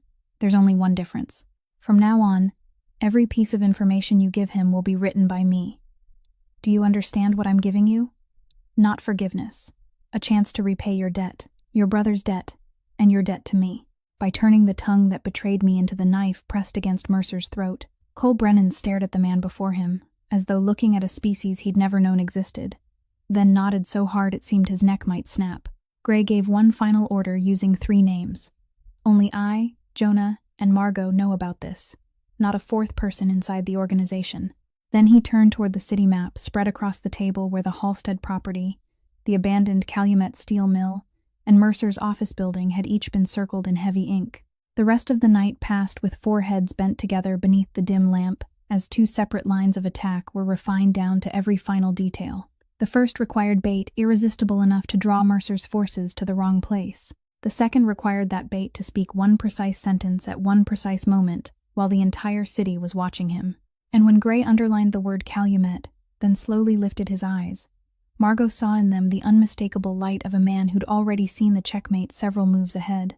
On Wednesday night, the final night before groundbreaking day, Cole Brennan sat inside his car in the parking lot of a closed supermarket, holding the prepaid phone Mercer's people had given him, and spoke into it word for word from a voice message he'd rehearsed 3 times under Margot's watchful eye, letting just the right amount of fear shake his voice. The waitress is hiding at the old Calumet steel mill on the south side. I overheard them talking. Tomorrow morning they're taking her to meet someone from the federal government with the original evidence. Tonight is the last night she'll still be there. The message was sent at 9 o'clock that evening, and 40 minutes later Margot's screen showed exactly what she'd been waiting for. Communications throughout Mercer's network suddenly buzzed like a beehive struck with a stick. The fish had smelled the bait, and it was every bit as hungry as Gray had predicted because, to Mercer, only 12 hours remained before the crowning moment of his life, and every threat had to be ripped out by the roots before sunrise. At midnight, Gray entered the Calumet steel mill alone. He knew every passage through that enormous steel skeleton from the years in his early 20s, when he'd worked under Patrick Doyle, the man who'd ruled before him and had once used the place as a warehouse. 15 years of abandonment hadn't changed the bones of the building. They'd only covered its memories with rust. He walked the entire structure the way a stage manager inspected a theater before opening night. 3 main staircases, 2 secondary ones, the towering blast furnaces, the rolling mill where silent steel rollers lay like the bones of ancient beasts, the underground slag tunnel running from the furnace foundations to the scrapyard beyond the western fence. Then, on the 2nd floor of the old office wing, he positioned a small flashlight, so its beam slipped through a crack in a boarded window, just bright enough for anyone watching from outside to believe someone inside was desperately trying not to be seen. After that, he chose his position, extinguished every remaining source of light on his body, and waited. At 17 minutes past 4 in the morning, 3 vehicles rolled silently through the service road toward the southern gate with their headlights off, and 8 figures spread out in 2 converging teams around the main building, moving efficiently, communicating with hand signals, carrying themselves exactly like professionals paid to perform this kind of work. Gray watched from a 3rd-floor window, counting them, memorizing how they divided themselves. 2 men remained outside securing the perimeter. 6 entered the building. He let them come. Tonight's plan wasn't to defend the doors. Tonight's plan was a performance that required the audience to occupy exactly the right seats. The 6 men had barely reached the blast furnace hall before the darkness itself began working for its master. Gray dropped a rusted bolt onto the steel floor on the eastern side. The piece of metal bounced, rolled, and echoed through 3 stories of empty space, and the 6-man formation immediately split in half on pure professional instinct. 3 turned toward the sound. 3 continued toward the main staircase, exactly as he'd intended. A school of fish, divided by an invisible current. He dealt with the eastern team first, 1 man at a time, using the method Doyle had called setting the table without spilling a glass. The first man became separated from the other 2 by a narrow corridor running between massive storage tanks. As soon as he slipped into the darkness, 1 arm locked around his shoulders from behind, twisted, compressed, and the man went limp in complete silence before he even understood that the darkness itself had moved. When he eventually woke, he'd find himself neatly tied behind one of the steel tanks with duct tape across his mouth, uninjured except for his professional pride. The second man heard the faint disturbance from the next section and stepped inside to investigate. The steel platform beneath his feet, the very panel Gray had loosened by removing 4 bolts shortly after midnight, tilted just enough to throw him off balance for a single heartbeat. 1 heartbeat was all the owner of the building needed to emerge from behind the support column. 20 seconds later, the second man sat beside the first, tied with exactly the same knot. The third man proved more careful. He stopped in the middle of the passage, quietly called the names of his two partners, then slowly backed toward the staircase when no answer came. Gray had to follow him through 2 floors before finally waiting until they reached the corner where the handrail had broken away years ago. Only there did he close the hold around the man's body in a brief struggle that sent both of them crashing into the railing. And that impact awakened Gray's oldest enemy, the left knee Doyle's world had shattered years before. A sharp spear of pain shot upward through his hip, forcing him to lean against the wall for 5 full seconds, breathing through clenched teeth while his body reminded him he was 34 years old now, not 24, before bending down to tie up the third man. The phone inside his jacket vibrated once without making a sound. Margot's message appeared on the screen, hidden inside his palm. "Second team in position. The package has been delivered to the office. Waiting for your signal." Gray replied with a single character before putting the phone away because down below in the blast furnace hall, events had finally reached the stage he'd been waiting for all night. The remaining 3 men from the entry team had regrouped at the foot of the main staircase, and they were no longer moving. They stood back to back in a triangle, weapons covering 3 different directions, and through the gap in the second-floor grating, Gray watched the team leader, a heavily built man wearing an earpiece, do exactly what the entire performance had been designed to force him to do. He stopped searching, raised a hand to the radio clipped to his shoulder, and began calling back for instructions.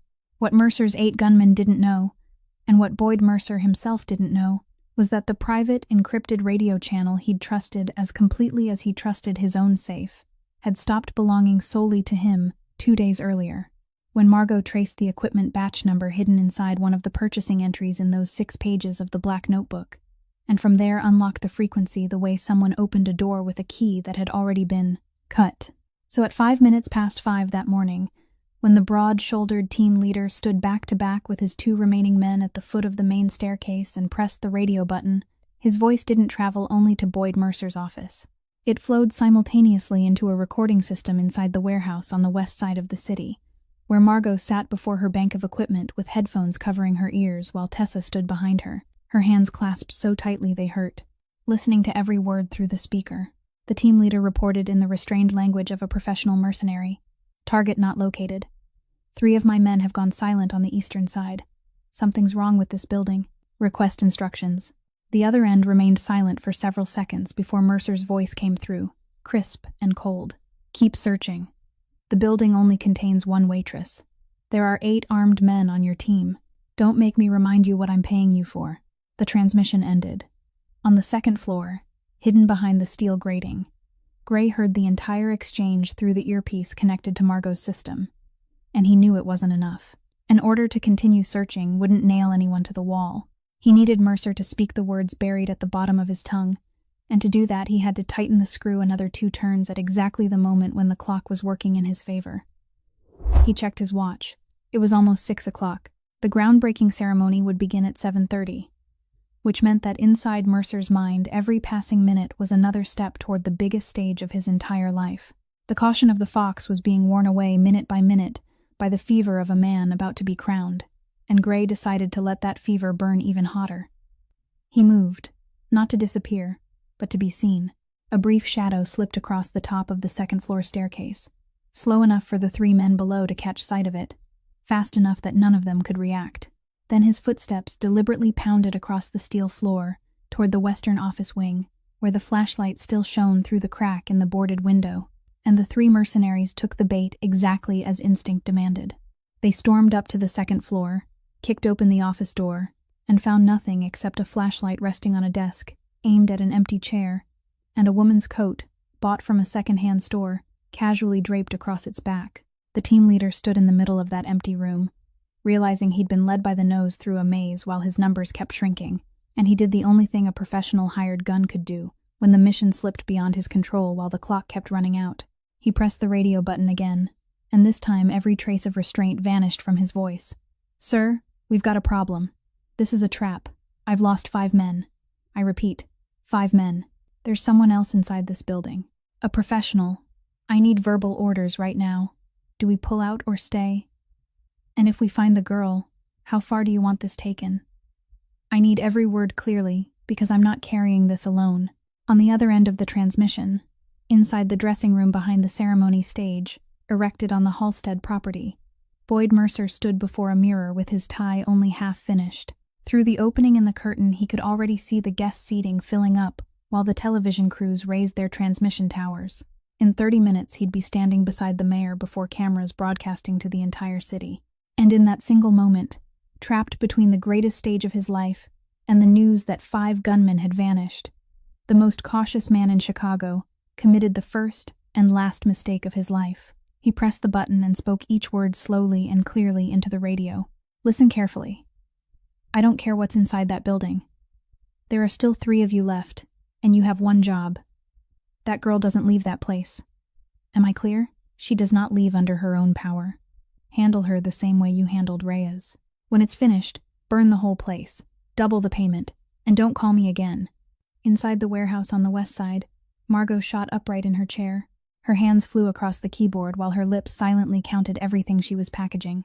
Original transmission, server timestamp, voice spectrum matching Boyd Mercer's publicly available interviews from 3 television appearances. Everything compressed into a digitally sealed evidence package and transmitted directly to the address Special Agent Ruth Calder had provided through the secure channel, accompanied by the exact sentence Tessa dictated for Margot to type. Crime in progress. Real-time evidence.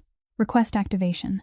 On the opposite side of the city, inside an unmarked government vehicle parked 3 blocks from the ceremony stage, Calder listened to the complete recording once without blinking, then picked up her phone and called the private number of the federal judge who'd already signed the sealed warrant. The conversation lasted 4 minutes before ending with the sentence she'd spent 2 years waiting to hear. Warrant activated. Execute immediately this morning.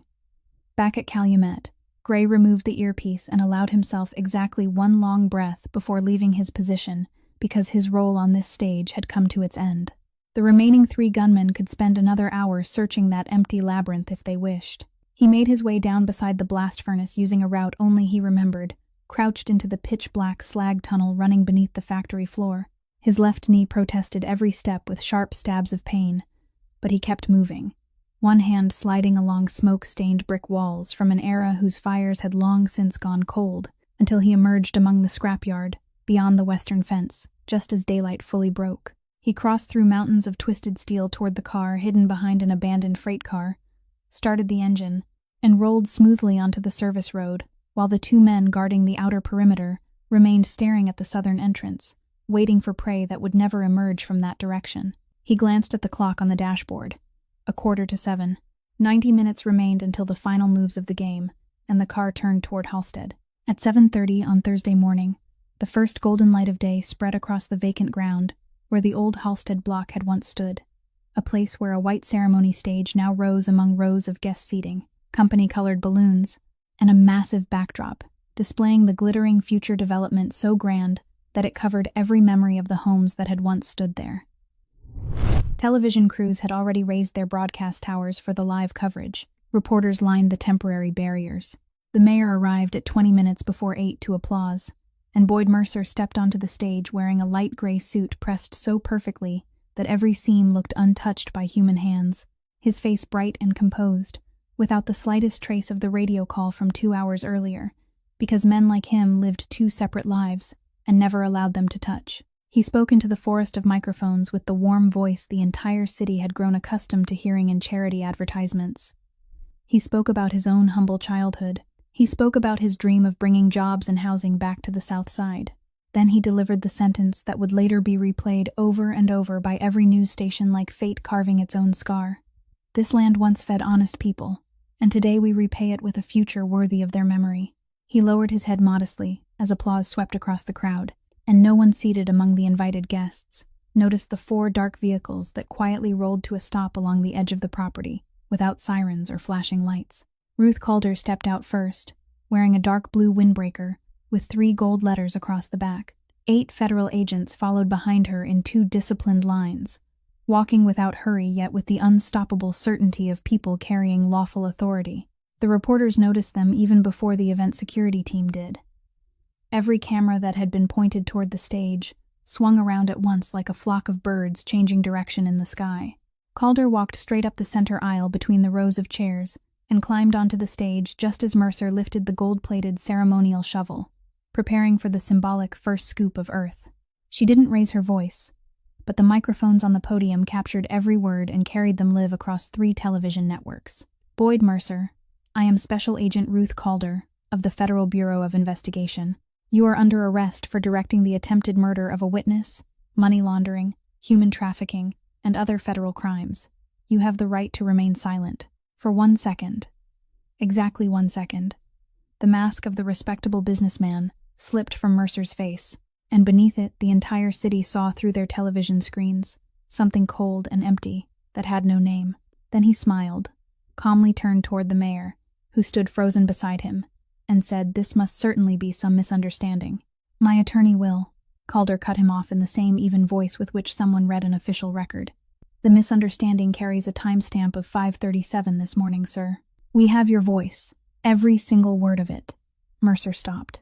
And in that instant, everyone watching saw understanding strike him all at once, not gradually, but like a building collapsing after explosives detonated at its foundation. The dawn radio transmission, the verbal order he'd spoken slowly and clearly, because he wanted his men to hear every word. Handle her the same way you handled Reyes. Yet he still didn't know the rest. He didn't know that at that very moment, across the city, a second federal team was executing the sealed search warrant at his office, opening the safe and lifting out the black notebook he'd believed was more secure than his own life. He didn't know that at the harbor, the Coast Guard working alongside customs officers had just intercepted a cargo vessel and opened shipping containers whose paperwork identified them as agricultural machinery. He didn't know that thick investigative files had already been sitting on the desks of 4 newspaper editors since midnight, with instructions to publish immediately if news of his arrest failed to appear that morning. One final safeguard ensuring that not a single corrupt hand inside the system would dare suppress the story. 2 federal agents stepped forward, and the sharp metallic click of handcuffs closing around Boyd Mercer's wrists echoed cleanly through the microphones, broadcasting live into living rooms throughout the city. He was escorted down the steps of the stage between rows of stunned guests, past the backdrop displaying the glass tower that would never be built, past the gold-plated shovel someone had dropped onto the red carpet, while his polished leather shoes walked across the very soil of the Halstead block. The land he'd spent 3 years and destroyed countless lives to steal, the same ground that now became the place where the entire city watched him fall. And from beginning to end, exactly as one man had quietly predicted inside a safe apartment 4 days earlier, not a single bullet had needed to be fired. Behind the media barrier, standing among curious bystanders who'd stopped to watch, a young woman wearing a baseball cap remained as still as stone, watching the handcuffed man pass less than 10 steps away from her. The man who'd hunted her mother's debt the way hunters tracked prey, who'd turned the final 3 years of a kind woman's life into sleepless nights buried beneath impossible numbers, who'd nearly buried Tessa herself beneath the concrete foundations of that grand dream. Tessa Monroe didn't scream. She didn't cry. She didn't rush toward him.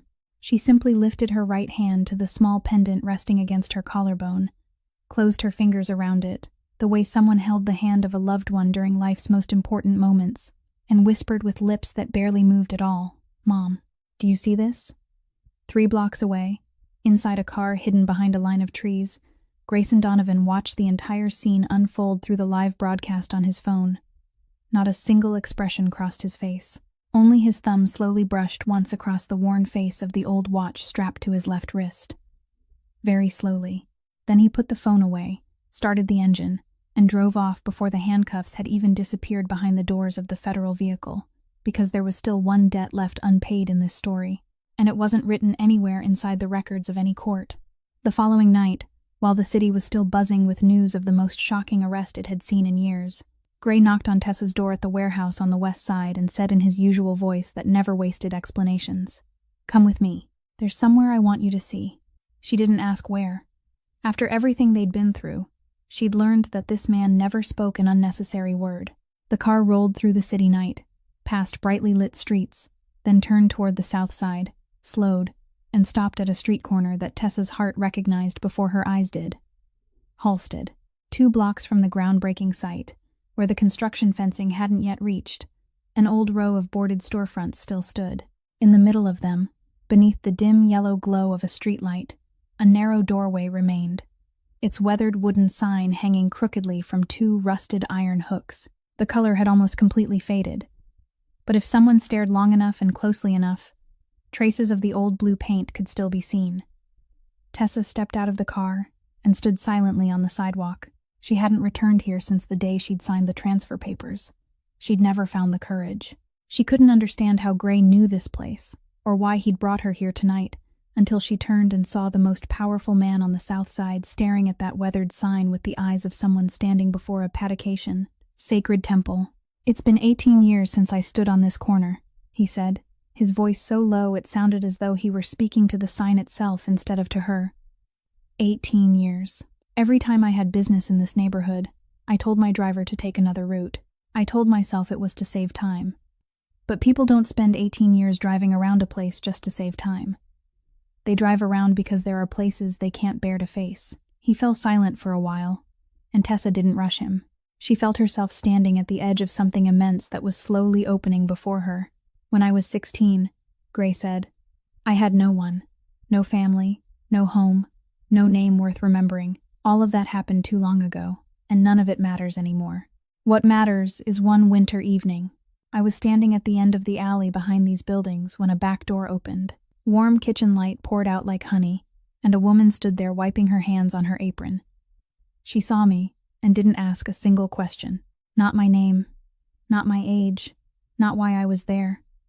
She simply went back inside and came out again, carrying a bowl of hot chicken soup. She set it on the step beside me with a slice of bread, then sat down one arm's length away. She didn't watch me eat because she didn't want to embarrass me. She just looked out toward the alley. When I'd finished the best bowl of soup I'd ever eaten in my life, I mumbled that I had nothing to give her in return. She waved her hand as though I'd said something ridiculous. Then she said, "People don't owe each other food, son. People owe each other kindness." Tessa lifted a hand to cover her mouth. "That entire winter," Gray continued, never taking his eyes from the sign, "I came back to those steps every night. Every night there was another bowl of hot soup waiting for me. Not one question. Then spring came.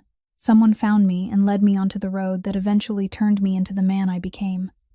I left this neighborhood and never came back. I never even learned her name. To the boy I was back then, she was simply the woman with the bowl of soup and the blue-painted sign. But her words stayed with me for 18 years, through everything I'd done and everything I'd become. They remained there like a seed buried beneath concrete." He turned toward her, and beneath the streetlight, Tessa saw something on that famously expressionless face that no one in the city had ever witnessed. "The night you made soup in that kitchen at 3 o'clock in the morning," he said. "I smelled it, and 18 years collapsed in a single second. Then you told me about the blue sign, about the Halsted corner, about the one-bowl rule, and you repeated those exact words, every single one, in exactly the same rhythm I'd heard beside those steps on that winter night. But I wouldn't let myself believe it. I kept telling myself it had to be coincidence, because if it was true, then the woman who'd saved my life was the very woman Boyd Mercer destroyed, and her daughter was standing right in front of me being hunted while I almost stopped to weigh costs and consequences like nothing more than another businessman, instead of simply doing what was right." He raised his left wrist, removed the old watch the entire underworld had always whispered about, wondering why a crime boss wore something so cheap, turned it over, and carefully pried open the metal back with his thumbnail. Hidden beneath the cover, neatly folded and pressed flat through 18 years, lay a yellowed paper napkin with faded printing, a tiny drawing of the sign, and a few worn words. "June's, Halsted Corner. The best chicken soup on the south side. She wrapped my bread in this napkin on the last night I ever saw her," Gray said softly. "It's the only thing I kept from my old life. I bought this cheap watch for one reason only, to have somewhere to hide it. I've worn it every day for all these years, without ever finding the courage to come back and read the restaurant's name from the real sign." He placed the yellowed napkin into Tessa's open palm, gently folded her fingers around it, and finally spoke the words he'd owed her ever since the night she'd knelt to pick up the fallen towel beside the dinner table. "I didn't save you because you begged me, Tessa. People beg me every day. I saved you because 18 years ago your mother saved me first, and she never even knew my name." Tessa stood on the Halsted sidewalk holding her mother's paper napkin inside her hand, and she cried. For the first time since this story had begun, she allowed herself to cry without restraint. Not because she was afraid, not because she was hurting, but because of something greater than every sorrow she'd ever known. Her mother's bowls of soup had never disappeared. They'd simply traveled very far. They'd journeyed through 18 long years. They'd passed through the darkest life in the entire city until, on the most desperate night of Tessa's own life.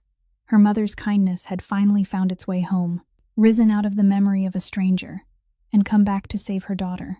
3 months later, spring settled over Chicago's South Side, and the city had already witnessed what legal experts would later call the domino effect. Boyd Mercer's network collapsed from within, exactly the way every empire built on fear eventually does. Once its head sat behind the bars of a federal prison, loyalty revealed itself to be nothing more than an investment. One by one, the officers from Precinct 9, the senior assistant inside the district attorney's office, the executives who'd managed the shell companies, all lined up to cooperate with Special Agent Calder in exchange for lighter sentences. Every new statement unlocked another door, and the case file grew thicker week after week, like a book writing itself. Even Mercer's final move betrayed him. The fabricated dossier meant to destroy the Donovan organization, the one he'd trusted as his dead man's switch, was discovered during the federal search. Experts proved it had been forged from the seals to the signatures, and instead of dragging anyone else down with him, it became yet another charge of manufacturing false evidence in the ever-growing indictment against him. On the corner of Halstead, where the unfinished project's construction fences had been removed after the city reclaimed the land, something far smaller than any headline, yet warmer than all of them combined, quietly came back to life. June's reopened. The transfer documents signed years before were declared void because they'd been created through financial coercion. The crushing hospital debt was erased as part of the court-ordered compensation for the victims. And on an April morning, Tessa Monroe stood once again inside her mother's old kitchen, tied on her apron, lit the stove, and placed the first pot of soup over the flame after all those years. The wooden sign was painted once more in exactly the same shade of blue it had worn long ago. She painted it herself, just as her mother once had. At the back door of the restaurant, she built a small wooden shelf with a handwritten message. "If you're hungry, knock on the door. 1 bowl of hot soup.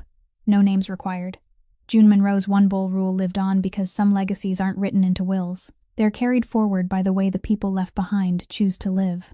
Old neighbors gradually returned. People told one another the story of the young restaurant owner who'd brought down a crime boss. But Tessa only smiled and served another bowl of soup because she understood that she hadn't defeated Mercer. He'd been brought down by a long line of decent people who'd each stood exactly where they were meant to stand. Reyes had dared to tell the truth. Calder had refused to give up after 2 years, and one man who never accepted credit for anything. That man, the city slowly began to realize, was changing too, though in his own quiet way. The darkest gambling dens on the South Side quietly closed their doors. Outstanding loans were settled with their interest reduced to nothing. Members of his organization gradually moved into legitimate security, transportation, and construction companies with proper licenses. No announcements were made.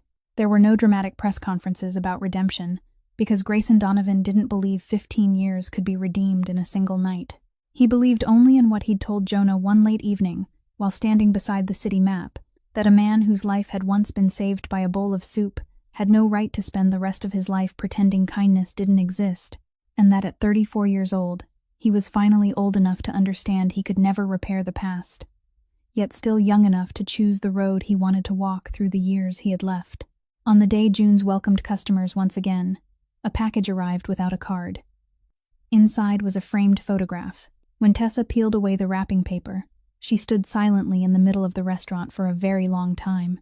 It was a black and white enlargement, taken from the archives of the local newspaper, originally published in a small feature about family restaurants 18 years earlier. At the center of the photograph stood her mother, June Monroe, younger than in any picture Tessa still owned, smiling in front of the restaurant while wearing her apron, every line of that smile exactly as Tessa remembered it. And in the far right corner of the photograph, faint but unmistakable to anyone who looked carefully, sitting on the shaded back steps with his head lowered over a steaming bowl of soup, was a thin teenage boy.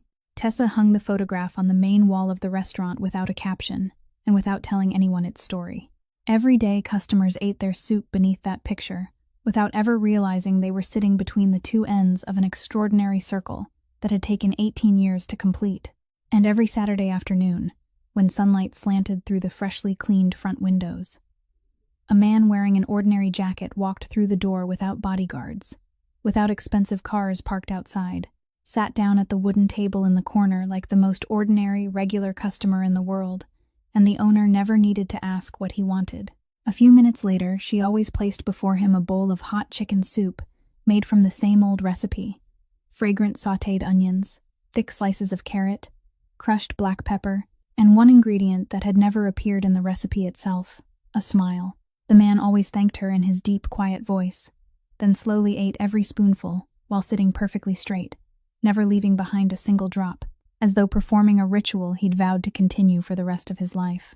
Their story would continue far beyond this day, but its lesson had already reached its perfect ending. Kindness never disappears. It simply travels in circles. Sometimes those circles are very long, passing through many years and countless shadows, but somehow kindness always finds its way home. A single bowl of soup, given to the right person at exactly the right moment, can save 2 lives separated by 18 years.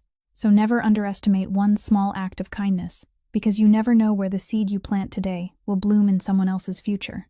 If this story has touched your heart, please subscribe to our channel, leave a like, and share this video so together we can spread more kindness, and make sure you never miss another inspiring story. We'd also love to hear your thoughts. Which moment moved you the most? Please leave a comment below, because your heartfelt words mean more to us than you know. They inspire us to keep bringing you even more meaningful stories. Thank you sincerely for staying with us until the very last moment of today's story. We wish you and your family wonderful health, lasting happiness, peaceful days, and a life filled with comfort and joy. Goodbye for now, and we'll see you again in the next video.